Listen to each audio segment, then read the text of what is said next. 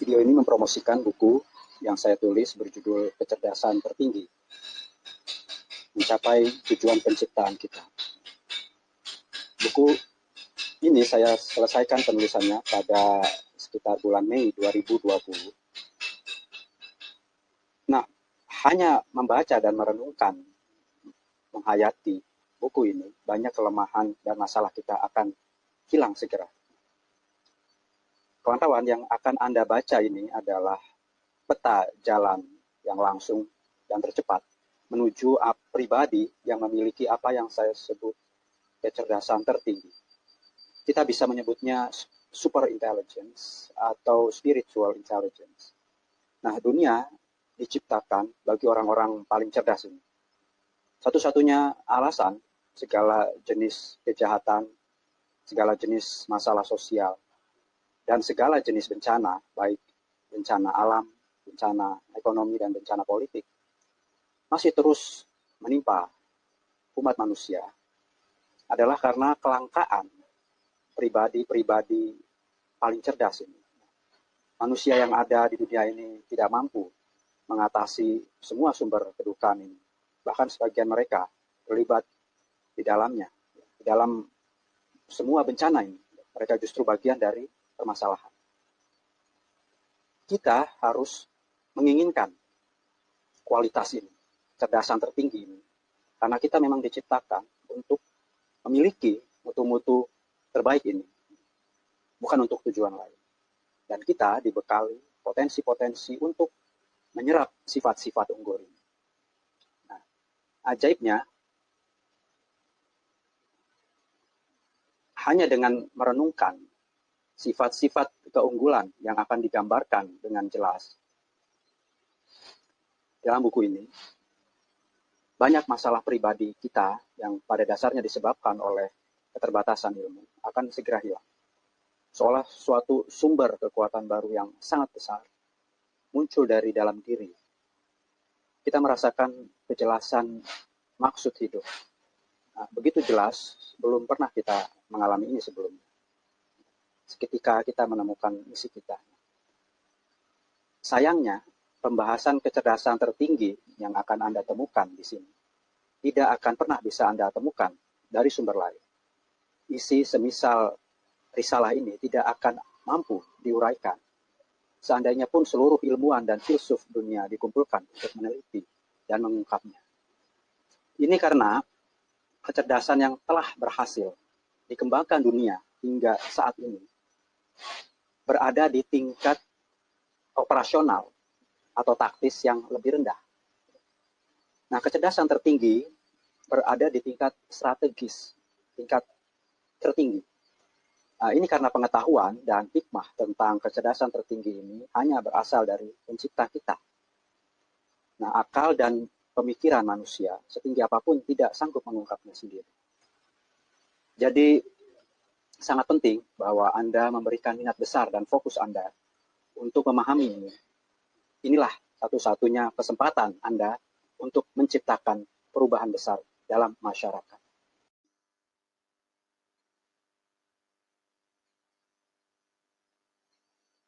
Ilmu apa yang lebih penting dan utama dalam membahas suatu selain ilmu tentang tujuan keberadaan sesuatu itu? Begitu juga, ilmu apa yang lebih penting dan utama dalam membahas kehidupan manusia selain ilmu tentang tujuan penciptaan manusia? Dengan kata lain, konsep tertinggi tentang sesuatu adalah konsep tujuan keberadaan sesuatu itu. Jadi, konsep tertinggi tentang manusia adalah konsep tujuan kehidupan manusia. Konsep tertinggi berfungsi strategis. Konsep-konsep lain berada di bawahnya dan berfungsi operasional atau taktis. Masalah muncul dan terus ada saat kita membahas manusia tanpa mengetahui atau melupakan konsep tertinggi tentang manusia. Kecerdasan tertinggi hanyalah tentang kesadaran kita tentang maksud atau tujuan penciptaan kita. Lalu tentang pemahaman kita tentang jalan-jalan atau sarana-sarana untuk mencapai tujuan itu. Dan lalu motivasi dan usaha-usaha kita untuk menempuh jalan-jalan atau menggunakan sarana-sarana itu hingga kita sampai di tujuan. Sangat sederhana. Jika kita tidak atau kurang memiliki ketiga unsur kecerdasan tertinggi tersebut, kita tidak mampu mengatasi permasalahan manusia, kalau tidak bisa dibilang menjadi bagian dari permasalahan itu sendiri. Kebanyakan dari kita tidak memiliki ketiga unsur kepribadian paling unggul ini. Kita dengan berbagai macam pembawaan alami, karena pengetahuan yang dangkal serta kemampuan yang terbatas, menetapkan berbagai tujuan hidup kita. Dan kita berjalan hanya sampai pada tujuan-tujuan dan cita-cita duniawi, lalu berhenti. Akan tetapi, tujuan yang ditetapkan Allah dalam kalam sucinya adalah sebagai berikut. Wa ma khalaqtul jinna wal insa illa liya'budun. Dan tidaklah aku menciptakan jin dan manusia, melainkan agar mereka menyembahku. Surah Az-Zariyat ayat 57. Artinya, aku telah menciptakan jin dan manusia agar mereka mengenal dan menyembahku. Jadi menurut ayat ini, tujuan sebenarnya hidup kita adalah untuk menyembah Allah dan meraih makrifat serta menjadi miliknya. Jelas, kita tidak punya kebebasan untuk menetapkan sendiri tujuan hidup kita. Sebab, kita bukan atas kemauan sendiri datang ke dunia, dan juga bukan atas kemauan sendiri akan kembali. Melainkan, kita hanya makhluk, wujud yang menciptakan serta menganugerahkan kemampuan yang cemerlang dan lebih tinggi kepada kita dibandingkan dengan seluruh hewanlah, yang telah menetapkan suatu tujuan hidup bagi kita. Tidak peduli kita tahu dan mengerti tujuan hidup kita atau tidak, jelas tujuan penciptaan kita adalah untuk menyembah Tuhan dan meraih ma'rifatnya serta menjadi fana atau larut dalam Allah. Sebagaimana firman Allah dalam Al-Quran, Inna dina indallahil Islam. Sesungguhnya agama yang benar di sisi Allah ialah Islam. Surah Ali Imran ayat 20. Fitratallahi lati fatarana sa'alaiha la tabdila li khalqillah dzalika dinul qayyim. Turutlah fitrat yang diciptakan Allah, yang sesuai dengan fitrat itu dia telah membentuk umat manusia. Itulah agama yang benar. Surah Ar-Rum ayat 31. Yakni agama yang di dalamnya terdapat ma'rifat yang benar tentang Tuhan dan penyembahan terhadapnya dalam bentuk baik adalah Islam. Dan Islam telah ditanamkan dalam fitrat kita. Dan Allah telah menciptakan kita dalam keadaan Islam serta untuk Islam. Yakni, dia menghendaki agar kita dengan segala kemampuan terus-menerus menyembah, menaati dan mencintai Tuhan.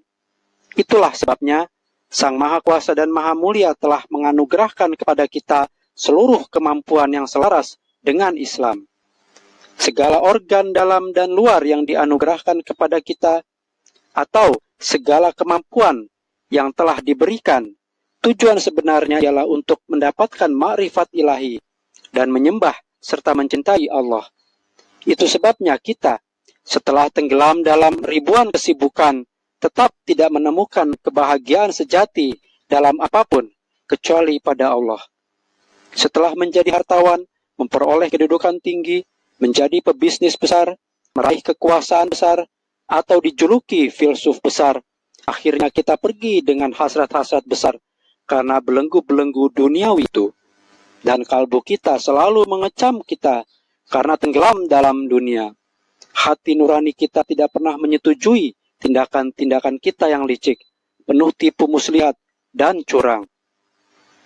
Kita dapat juga memandang soal ini dengan cara berikut. Tugas-tugas paling tinggi yang dapat dilakukan oleh kemampuan suatu benda, yang lebih dari itu kemampuan tersebut berhenti, dianggap sebagai tujuan penciptaan benda tersebut. Misalnya, tugas paling tinggi seekor lembu jantan ialah membajak tanah, atau menimba air sumur untuk pengairan, atau untuk menarik pedati. Lebih dari itu, ia tidak mempunyai kemampuan. Bila kita mengukur kemampuan-kemampuan kita, terbukti kemampuan tertinggi dalam diri kita adalah pencarian terhadap Tuhan yang Maha Agung dan Maha Besar. Sampai-sampai kita berhasrat untuk melebur dan tenggelam dalam kecintaan Tuhan sedemikian rupa sehingga tidak ada lagi yang tersisa milik kita. Semua telah menjadi milik Tuhan. Dalam hal makan, tidur, serta hal-hal alami lainnya, kita menyerupai hewan-hewan lain. Dalam bidang keterampilan, sebagian hewan bahkan sangat jauh melebihi kita. Lebah-lebah madu mengambil sari dari setiap bunga lalu menghasilkan madu murni yang sampai sekarang tidak berhasil dibuat oleh manusia. Jadi jelas, kelebihan paling tinggi yang kita miliki yaitu perjumpaan dengan Allah. Oleh karena itu, tujuan sebenarnya hidup kita ialah agar terbuka jendela hati kita ke arah Allah.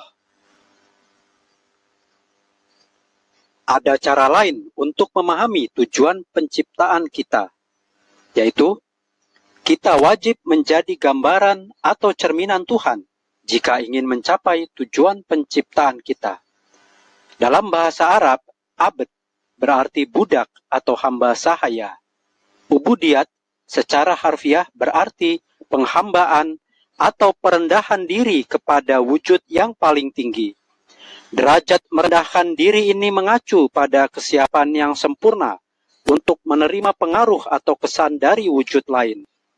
Menjadi abd adalah menerima dan mengambil pengaruh dari wujud lain secara keseluruhan. Menerima yang lain sebagai raja dan model. Ingatlah kata-kata ini. Kita tidak diciptakan melainkan untuk tujuan menjadi peniru atau cerminan Tuhan. Untuk menggenapi tujuan ini, kita perlu menyerap sifat-sifat Tuhan. Para guru rohani agung, yaitu para nabi dan rasul, diutus dengan tujuan akhir ini. Kita baca ayat yang artinya, "Wahai Tuhan kami, bangkitkanlah di kalangan mereka seorang rasul dari antara mereka sendiri, yang membacakan kepada mereka tanda-tanda Engkau dan mengajarkan kepada mereka kitab dan hikmah dan mensucikan mereka. Sesungguhnya Engkau Maha Kuasa, Maha Bijaksana." Surah Al-Baqarah ayat 130. Inilah doa Nabi Ibrahim alaihissalam pada waktu perbaikan Ka'bah. Nabi Ibrahim memohon kepada Tuhan untuk mengutus seorang rasul yang akan menunjukkan tanda-tanda Tuhan kepada mereka, mengajarkan kepada mereka kitab dan hikmah, juga mensucikan mereka dan membebaskan mereka dari dosa-dosa. Dia sungguhnya adalah Tuhan yang Maha Kuasa, Tuhan yang Maha Bijaksana. Seorang guru rohani meningkatkan kekuatan iman dengan tanda-tanda, mengajar manusia apa yang benar dan apa yang salah, memberikan hukum kepada mereka dan menunjukkan hikmah-hikmah di balik hukum, dan mendidik mereka untuk hidup sesuai dengan hukum syariat dan ilmu yang bersangkutan. Manusia hendaknya memperoleh keimanan, yakin, pengetahuan tentang yang benar dan salah, serta mensucikan dirinya sebagai bayangan berharga dari Tuhan, sehingga menjamin untuk duduk dalam persahabatan yang suci dengan Tuhan.